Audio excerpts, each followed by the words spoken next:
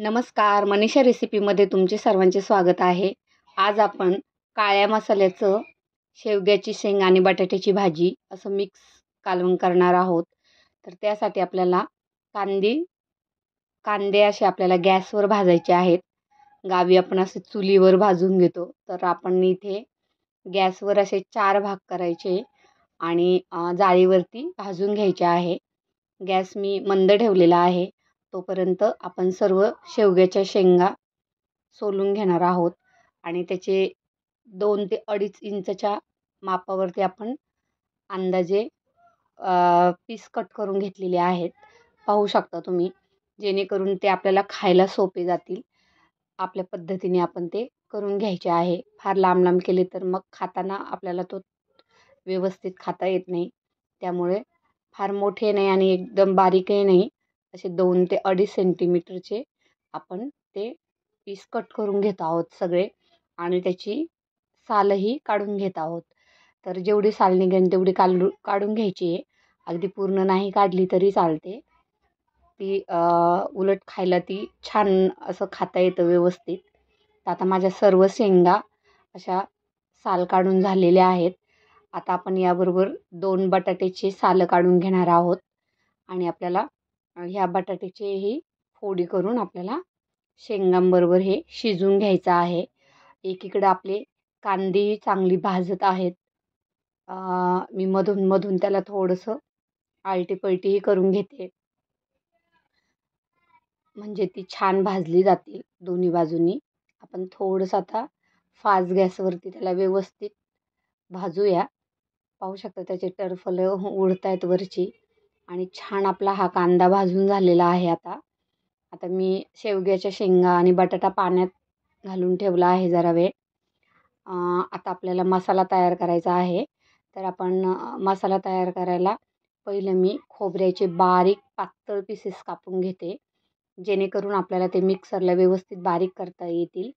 आणि आपल्याला हा सर्व मसाला मी वरती पॅनही गरम करायला ठेवला आहे आणि त्यामध्ये थोडंसं तेल घालून घेतलेलं आहे. तर आपल्याला हा सर्व मसाला चांगला भाजून घ्यायचा आहे. तर आता मी पातळ असं खोबरं कापून घेतलेलं आहे. तर आता माझं खोबरं कापून झालं आहे. गॅसवरती आपण खोबरं आणि मी थोडीशी चणा डाळही घेतलेली आहे. तर आता पहिलं आपण खोबरं फ्राय करूया आणि मी 2 चमचे चणा डाळ घेतली, तर 1 चमचा मी भाजून घेत आहे आणि 1 चमचा शेवग्याची शेंग आणि बटाट्यामध्ये आपल्याला कुकरमध्ये शिजवून घ्यायची आहे. तर कुकरला एक शिट्टीही मी होऊन नाही देणार.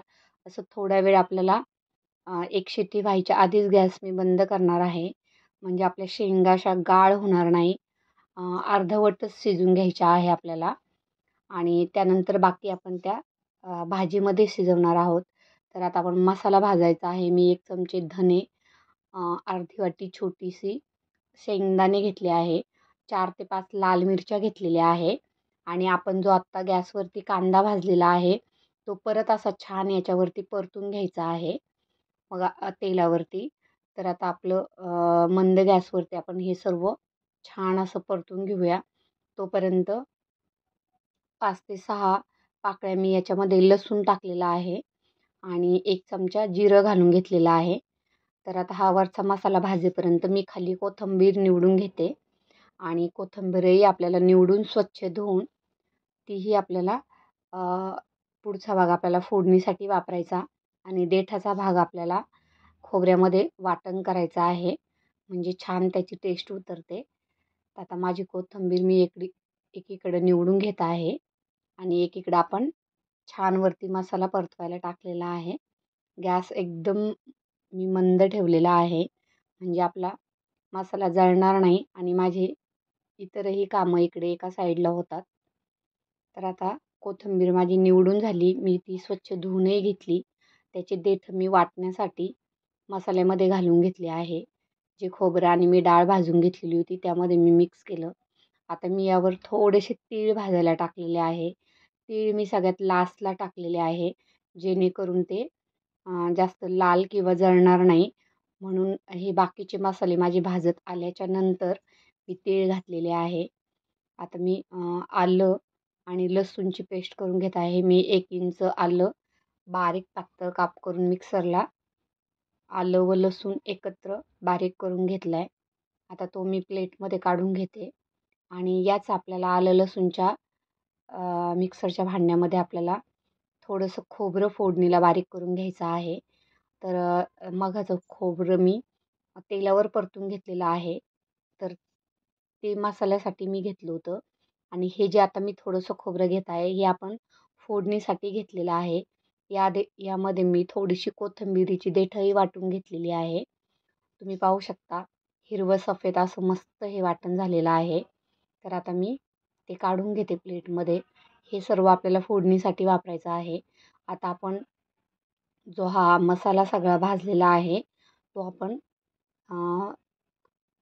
मिक्सरच्या भांड्यामध्ये काढून आपल्याला वाटून घ्यायचा आहे. एकीकडे मी त्या छोट्या कुकरमध्ये बटाटे, शेंग आणि थोडीशी चणा डाळ, 1 चमचा चणा डाळ असं मी अर्धं शिजवून घेणार आहे. शिट्टीही काढणार नाही.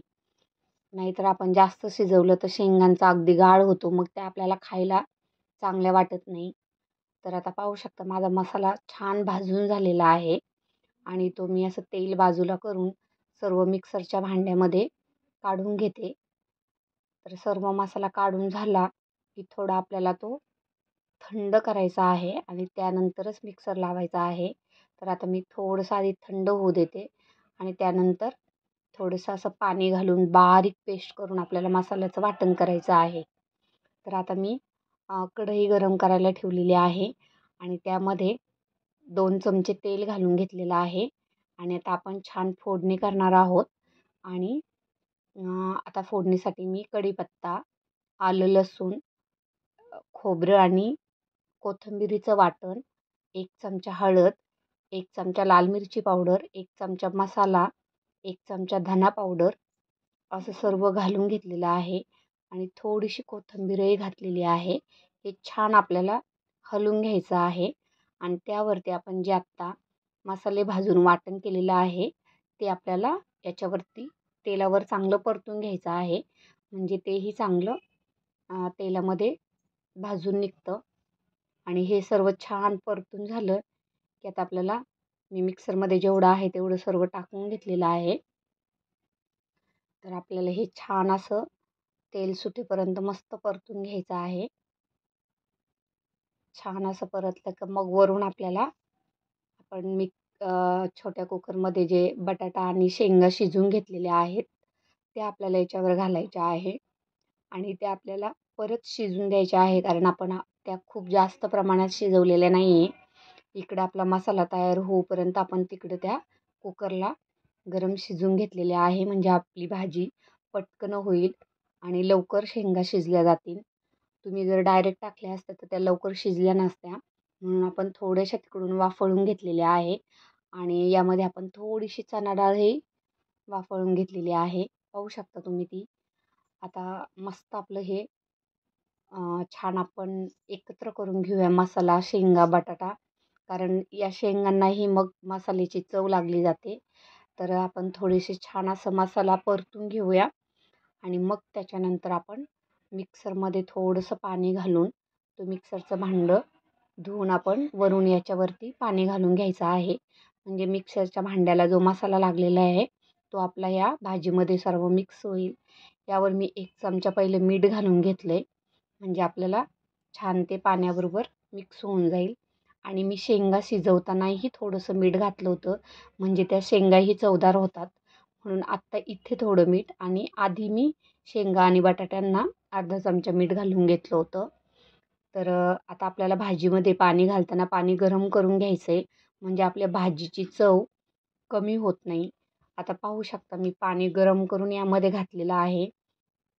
म्हणजे आपल्याला ग्रेव्ही पण झाली पाहिजे आणि आपल्या शेंगाही आपल्याला छान शिजल्या पाहिजे.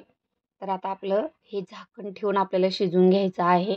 तर 5-6 मिनटांमध्ये आपलं हे शिजून होणार आहे. कारण आपण आधी थोडंसं शेंगा आणि बटाटा वाफाळून घेतला होता. पाहू शकता मस्त घट्ट ग्रेव्ही तयार झालेली आहे आणि भाजीचा कलरही खूप छान झालेला आहे. आता आपल्या शेंगा मस्त शिजून झाल्यात आणि बटाटाही आपण चमच्याने थोडंसं फोडून पाहूया कसा झाला आहे तो. म्हणजे आपल्याला कळेल. तर आता मी थोडंसं असं बघा बटाटामध्ये चमचा घालून पाहिलं आहे, तर अगदी छान बटाटा शिजलेला आहे. तर आपली ही शेवगा बटाट्याची अशी भाजी तयार झालेली आहे. वरून हिरवीगार कोथिंबीर चिरून घाला आणि भाकरीसोबत अशी छान ही काळ्या मसाल्याची भाजी नक्की ट्राय करा. व्हिडिओ आवडल्यास लाईक करा, शेअर करा, सबस्क्राईब करा आणि माझे असे रोज नवनवीन मी जे व्हिडिओ टाकते ते पाहत जा. तुम्हाला माझ्या रेसिपी कशा वाटतात मला कमेंटमध्ये नक्की सांगा. धन्यवाद.